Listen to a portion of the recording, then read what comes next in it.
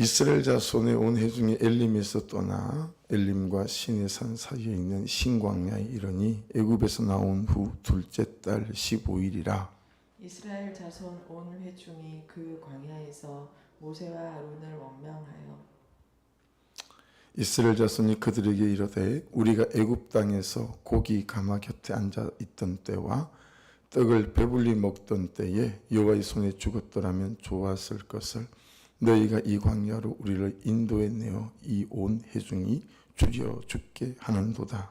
그때 여호와께서 모세에게 이르시되 보라 내가 너희를 위하여 하늘에서 양식을 비같이 내리리니 백성이 나가서 일용할 것을 날마다 거둘 것이라.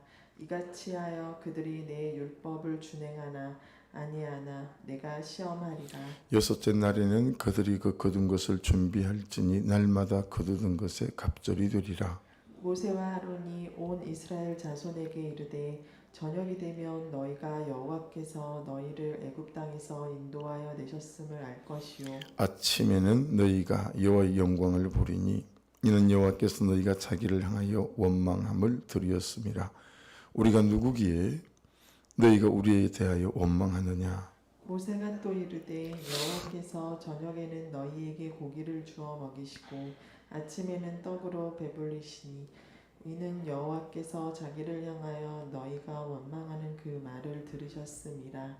우리가 누구냐 너희의 원망은 우리를 향하여 함이 아니요 여호와를 향하여 함이로다. 모세가 또 아론에게 이르되 이스라엘 자손의 온 회중에게 말하기를 여호와께 가까이 나오라. 여호와께서 너희의 원망함을 들으셨느니라 하라. 아론이 이스라엘 자손이 온 회중에게 말하매 그들이 광야를 바라보니 여호와의 영광이 구름 속에 나타나더라. 여호와께서 모세에게 말씀하여 이르시되 내가 이스라엘 자손의 원망함을 들었노라. 그들에게 말하여 이르기를 너희가 해질 때에는 고기를 먹고 아침에는 떡으로 배부르니 내가 여호와 너희의 하나님인 줄 알리라 하라 하시니라. 저녁에는 메추라기가 와서 진에 덮이고 아침에는 이슬이 진 주위에 있더니 그 이슬이 마른 후에 광야 지면에 작고 둥글며 서리같이 가는 것이 있는지라. 같이 읽어요. 이스라엘 자손이 보고 그것이 무엇인지 알지 못하여 서로 이르되 이것이 무엇이냐 하니 모세가 그들에게 이르되 이는 여호와께서 너희에게 주어 먹게 하신 양식이라. 아멘. 선발대가 먼저 가고요. 저희는 9시 20분에 모여서 출발하고 비가 와도 갑니다. 비 올 때 수영장 가면 더 재밌습니다. 그래서 가서 삼겹살 구워 먹고 그러고 올 테니까요. 혹시 새벽에 기도 중에 감동 주신 분들은 오셔도 안 말립니다. 네. 그리고 목자들이 목장 안에 간구해 주십시오. 수련회 받았던 은혜들, 간정문, 또 내가 받은 은혜들을 좀 적어서 제출하시면 그걸 영상으로도 만들어서 교회 유튜브에 좀 올리고 또 나누고 그렇게 해보려고 하니까요. 받은 은혜 절대 그냥 놓치지 마시고 다 기록하십시오. 그래서 함께 좀 나눌 수 있도록 했으면 좋겠어요. 1절 보십시오. 이스라엘 자손의 온 회중이 엘림에서 떠나 엘림과 시내산 사이에 있는 신광야에 이르니 애굽에서 나온 후 둘째 달 15일이라. 자, 마라의 썸물 사건으로 어제 우리가 이 본문으로 그죠 은혜를 받았어요. 70그루의 종려나무 그리고 12개 오아시스는 그야말로 이거다 싶었을 것이고 또 여기다 싶었을 거예요. 근데 거기가 목적지가 아니에요. 그렇죠? 목적지는 가나안 땅이에요. 그러기에 아무리 좋아도 떠나야 하거든요. 아무리 편해도 떠나야 해요. 엘림이 사명도 아니고 엘림이 부르심도 아니고 엘림이 소명, 보케이션도 아니에요.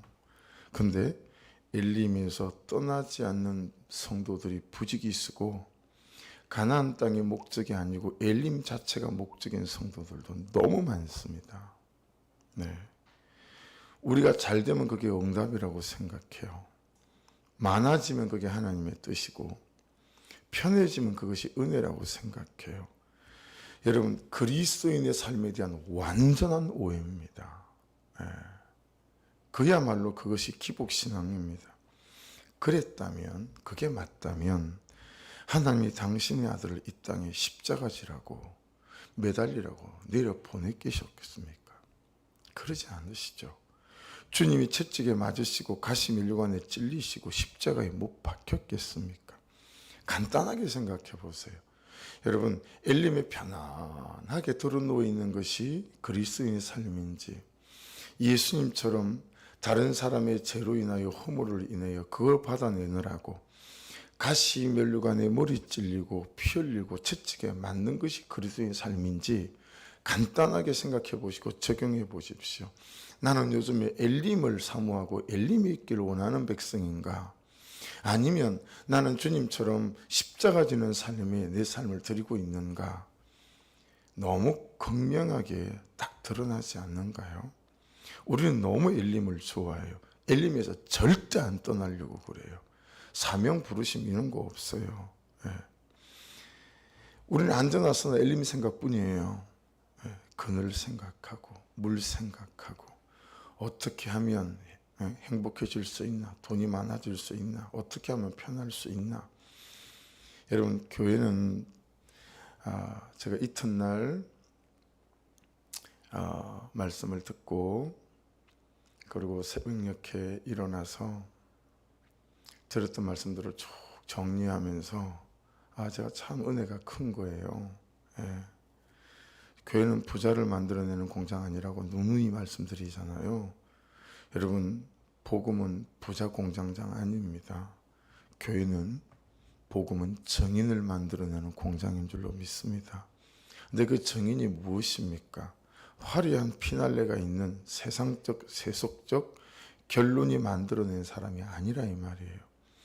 말씀을 살아낸 사람이 정인이고 말씀을 따라 사는 사람이 정인이고 너무 힘든데 너무 아픈데 너무 불편하고 너무 고통스러운데 말씀이 말씀하시는 길을 묵묵히 걸어가는 사람 우리가 3일 동안 봤잖아요. 그 사람들이 정인이죠. 이요셉 평원지기의 삶을 세상 사람들이 들으면 그만한 바보 천치 멍청이 어리숙한 사람이 세상 천지에 어디 있겠냔 말이에요. 그런데 이요셉 평원지기의 둘째 아들에게 있어서 이요셉 권사님은 하나님이 없다면 엄마도 없는 거야 라는 말처럼 권사님의 낮아지는 삶, 받아내는 삶은 너무 처절하지만 권사님의 아들에게는 매일 집에서 만나고 보고 사는 하나님이었다라는 거예요. 예. 그게 정인이고 우리의 부르심 아니겠어요? 그 대목에 너무 감격이 있는 거죠. 적용해 봤어요. 우리 아들에게 내가 하나님 보는 것 같을까? 얼토당토하는 얘기죠. 예. 우리 자녀들에게 우리 성도들에게 내가 하나님 보는 것 같을까? 어린 반푼어치도 없다. 제 고백인 거죠. 여러분, 세상 사람들이 좋아하는 화려한 결론은 없지만 이 뼈아픈 현실과 순간을 오직 말씀이 말씀하시는 방식을 내 삶의 방식으로 선택하고 말씀이 말씀하시는 방향이 내 삶의 방향이 되고 말씀이 말씀하시는 방법이 내 방법이 되는 사람, 그 사람이 여러분의 삶이고 저의 삶인 줄로 믿습니다. 엘림에서 떠나야 합니다. 여러분, 엘림에서 떠나십시오. 이 엘림에서 떠나야 할 때 떠나라는 단어 동그라미 한번 쳐보시겠어요? 그 떠나라는 단어가 나사라고 하는 히브리어입니다.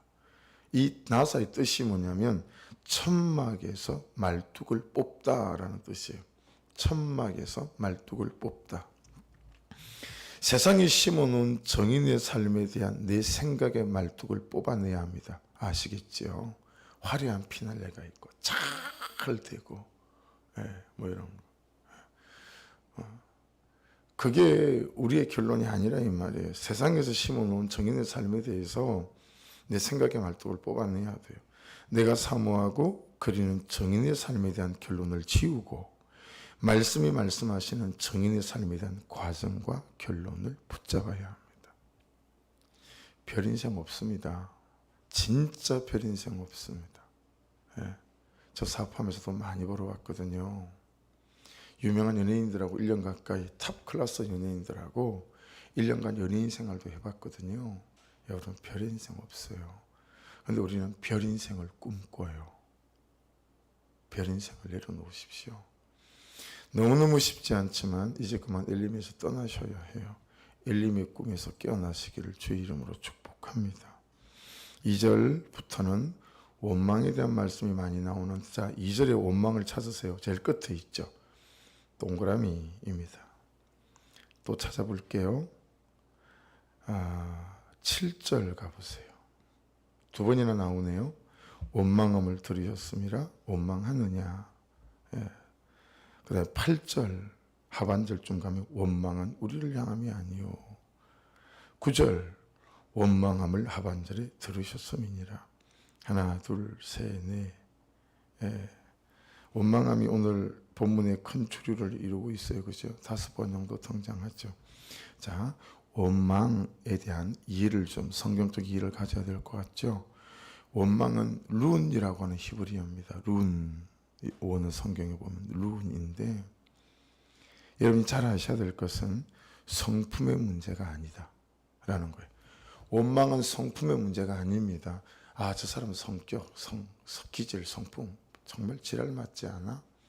어째 저래? 맨날 불평하고. 여러분 딱 기억하셔야 됩니다.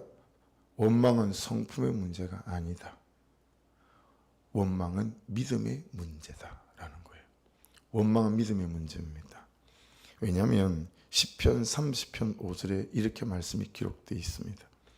그의 노여움은 잠깐이요 그의 은총은 평생이로다. 그의 노여움은 잠깐이래잖아요. 그의 은총은 평생이고, 그러니까 잠깐의 노여움을 우리는 절대 못 견뎌요. 왜요? 믿음이 없어서. 그 다음 말씀 들어보세요. 저녁에는 울음이 깃들일지라도 딱 자고 일어났더니 아침에는 기쁨이 오리로다. 할렐루야. 여러분 원망과 불평은 성품의 문제가 아니라고요. 믿음의 문제라고요. 원망할 일이 생기면 내 믿음이 없구나 이렇게 생각하시면 돼요.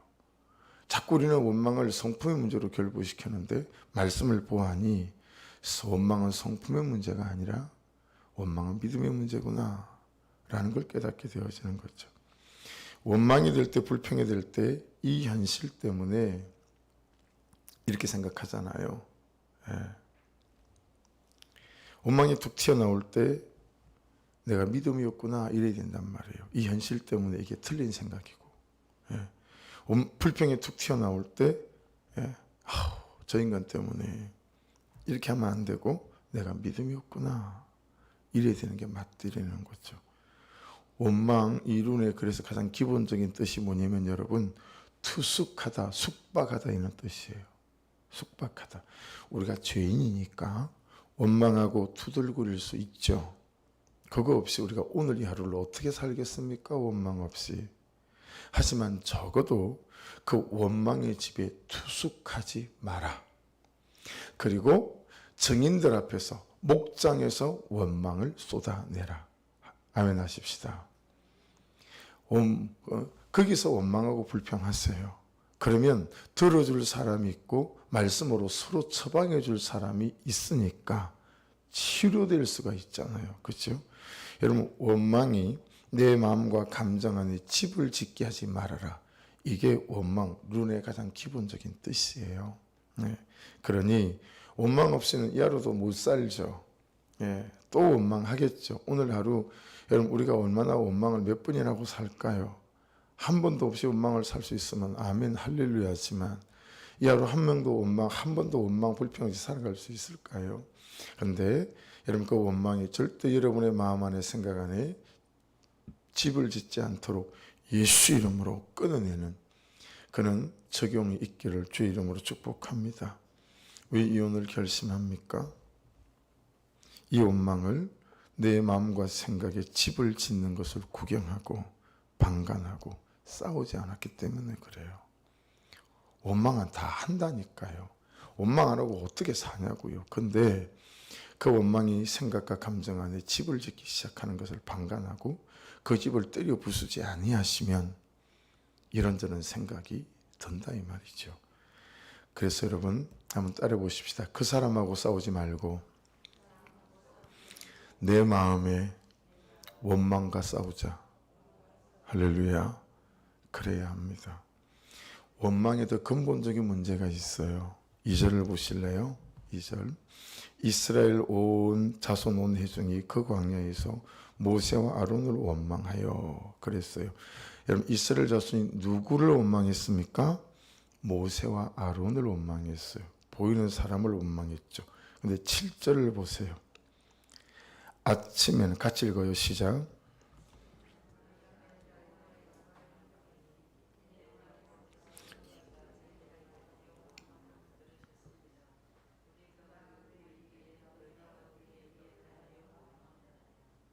8절을 제가 읽어볼게요. 모세가 또 이르되 여호와께서 저녁에는 너에게 고기를 주어 먹이시고 아침에는 떡으로 배불리시리니 이는 여호와께서 자기를 향하여 너희가 원망하는 그 말을 들으셨음이라.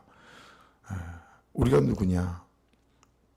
너희의 원망은 우리를 향하여 함이 아니요 여호와를 향하여 함이로다. 여러분 이스라엘 자손은 모세와 아론을 원망한 것뿐인데 하나님은 그 원망을 어떻게 받으십니까? 나에게 한 원망이라고 받으세요. 이게 이제 원망에 대한 깊은 뿌리예요. 여러분 지금 오늘 이 새벽에 이 생각을 완전히 잘 바꾸셔야 돼요. 지금 뭐라고 말씀하세요? 말씀이 아내에게, 남편에게, 자녀에게, 성도에게, 목사에게, 누구에게 원망하는 건 누구를 원망하는 거라고요? 하나님을 원망하는 거예요. 이 현실도 마찬가지고 이 처지도 마찬가지예요. 사람에게 원망한 것뿐인데 실상 그 내면을 파고 들어가 보니 그 중심에 뭐가 있는 거예요? 하나님을 원망하는 원망이 있다는 거예요. 왜 이 사람을 만나게 하셨죠? 왜 이는 직장에 나를 보내셨죠? 왜 이는 현실과 처지를 만나게 하신 거예요? 이런 거예요. 네. 이게 뿌리예요. 여러분 말씀이 말씀하시는 말씀은 명백합니다. 사람에게 하는 원망, 현실과 처지에게 하는 원망과 불평은 하나님께 하는 원망이고 불평이라는 거예요. 그러니 여러분 그 원망을 잘 살아내시고 그 현실과 처지의 어려움을 잘 살아내시면 여러분 사람을 살리는 약재료가 될 줄로 믿습니다. 놀라운 간정이 될 줄로 믿습니다. 그렇잖아요.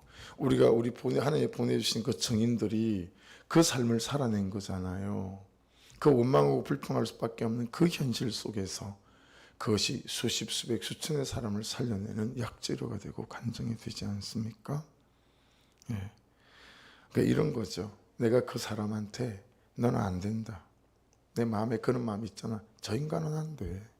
그랬을 뿐인데 하나님은 어떻게 들으신 거예요? 하나님은 안 된다. 이렇게 들었다는 거예요. 넌 틀렸어 이놈아. 그랬을 뿐인데 하나님은 어떻게 들으셨다고요? 하나님은 틀렸다. 하나님은 못한다. 이렇게 들으셨다는 거예요. 너는 어려워. 너는 어려운 인간이야. 야, 내 마음에서 너 놔버렸어. 이렇게 말했을 뿐인데 하나님은 어떻게 들으신 거예요? 하나님은 진짜 어려워요. 하나님은 안 돼요. 저 하나님 마음에 놔버렸어요. 이렇게 받으셨다라는 거예요.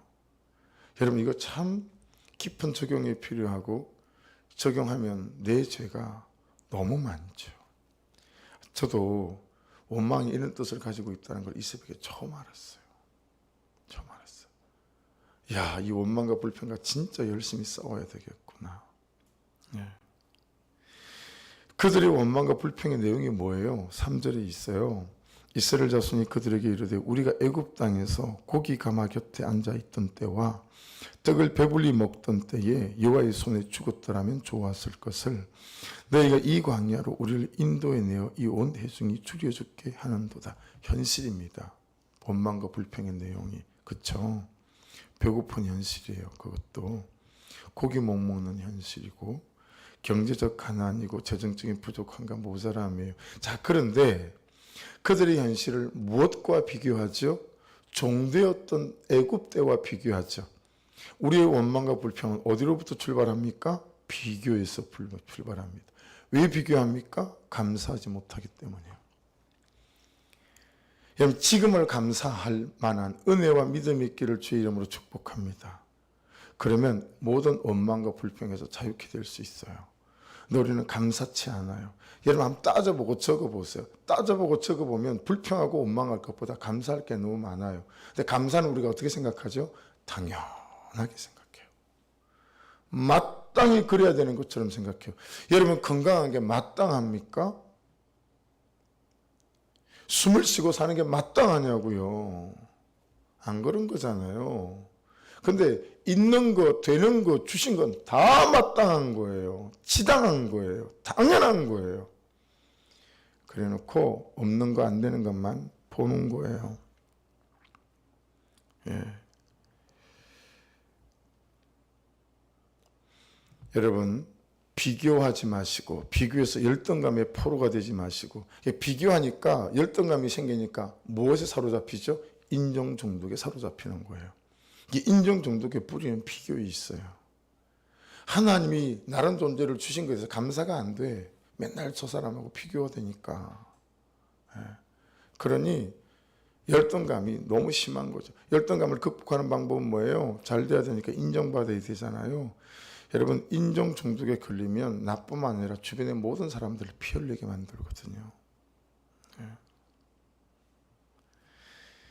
여러분, 이런 배고픈 현실이 오고 경제적 가난이 오고 재정적 부족함과 모자람이 있을 때, 이때 믿음을 심는 사람이 있고 불평을 심는 사람이 있어요. 여러분, 뭘 심으시겠어요? 그래서 정말 재정적으로 어려운데 오히려 큰 헌금을 하는 분들이 저는 여러 번 봤어요. 왜요? 믿음을 심는 거예요. 예. 없는 거 이것 바치나 안 바치나 똑같으니까 이런 생각은 아니겠죠, 그죠? 믿음을 심는 거예요. 여러분, 이는 불평할, 원망할 재정적인 또 여러 가지 배고픈 현실들이 오게 되면 계산을 하는 사람이 있어요. 반면에 이때일수록 헌신을 하는 사람이 있죠. 막 계산을 해요. 애굽에서 가나안은 가고 싶고 애굽에서 가나안으로 가는 여정 중에 대가지불은 아깝고 싫고 불편한 거죠. 네. 여러분, 우리가 가나안 땅으로 가고 있는데 이 여정 중에서 지불해야 될 대가지불을 아까워하지 마시고 아파야 될 때 아프시고 마음이, 네. 그 대가지불이 우리에게 필요하다. 자녀들이, 남편들이 구원을 받고 복음을 믿고 예배를 드리고 교회를 다니고 우리가 가고 싶은 가나안 땅 아닙니까? 저도 그래요. 우리 아들이, 우리 자녀들이. 자, 딴 소원이 없어요. 진짜로. 딴 소원이 없어요. 네. 그래서 학원에서 수시로 연락 올 때가 있어요. 오후 4시, 3시인데 너무너무 나가서 쉬고 싶어요. 저는 한 번도 참아라, 인내라 해본 적이 없어요. 나와라, 쉬어라, 놀아라. 좀 맨날 그렇게 카톡 보내요. 네. 네. 딴 소원이 없어요. 그게 우리의 소원이시죠. 그런데 낮아지고 받아내는 정인의 삶은 대가지불은 싫어요. 네. 그렇죠? 내가 누릴 거 다 누리고 내가 하고 싶은 말 다 하고 내가 성질 나는 대로, 감정 나는 대로 다 쏘아붙이고 그렇게 살면서 가족을 가나안 땅에 데리고 들어가는 것이 소원이라고 말하고 꿈이라고 말하는 건 뭔가 어폐가 있지 않겠습니까? 딱 3절 안에 갇혀 사는 이스라엘 백성들의 수준이고 상태죠. 유념하셔야 합니다. 저도 여러분도 사람에게 하는 원망을 하나님은 하나님에게 하시는 원망으로 받으신다는 거. 현실에게 하는 불평을 하나님은 하나님에게 하시는 불평으로 받으신다라고 하는 거. 하물며 하나님께서 허락하신 가정에 대하여, 교회에 대하여, 하나님이 세우신 사람들에 대하여 불평하고 원망한다면 하나님은 그 불평과 원망을 고스란히 하나님에 대하여 하는 불평과 원망으로 받으신다라는 거죠. 자, 그런데 보세요. 오늘 여기까지만 말씀을 나누고 뒤에 건 여러분이 좀 묵상하세요. 시간이 돼서. 여러분, 하나님께서 원망을 원망으로 받지 않으신다라는 거예요. 이게 원망을 받고 사는 저와 여러분의 입장에서 또다시 우리를 묵상해야 되고 적용해야 될 부분이에요. 여러분, 하나님은 원망을 원망으로 받지 않으시고 뭘로 받으세요? 원망을 기도처럼 받아내세요. 원망을 다 기도로 받아내세요. 예. 그래서 그 하나님께서 마치 그들의 원망을 기도로 받으신 것처럼 다 매출하기도 허락하시고, 이것이 무엇이냐 이 뜻이 뭐예요? 그것이 이 사람들이 만난 만나 아닙니까? 그죠? 만나를 보니까 이슬처럼 내렸고 요만한데, 야, 이게 뭐니? 이게 히브리어로 만나라는 거예요. 예. 만나도 주시고, 모든 그 원망을 뭘로 받아내시죠? 기도로 받아내셨다. 참 여러분, 야, 이게 은혜인 거예요. 아내가 아들의 원망을, 성도들의 원망을, 내가 다른 사람들의 원망을 내가 기도로 받아야 되는 거구나 라는 거예요. 기도로. 그래서 원망을 듣고 사시는 분들은 기억하셔야 합니다. 그가 원망하고 불평하는 소리를 우리는 그의 기도라고 생각하고 받아내시면 됩니다. 할렐루야. 저도 그렇게 기도하려고요. 하나님, 원망과 불평을 그들의 기도로 제가 받아내게 도와주십시오 라는 거죠. 근데 그 사이에 뭐가 있어요? 이 이스라엘 백성들의 원망을 하나님께서 기도로 받아내신 그 사이에 뭔가가 있어요. 어디를 볼까요?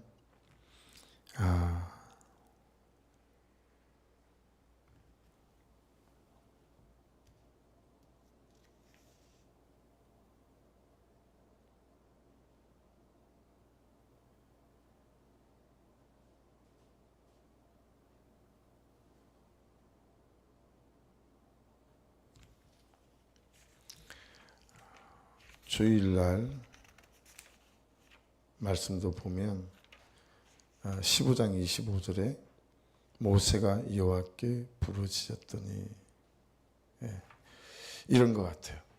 그 어간에 여러분 그들의 원망이 들릴 때, 불평이 들릴 때마다 여러분 그 원망과 불평들을 하나님께로 가져가시는 은혜가 있기를 주의 이름으로 축복합니다.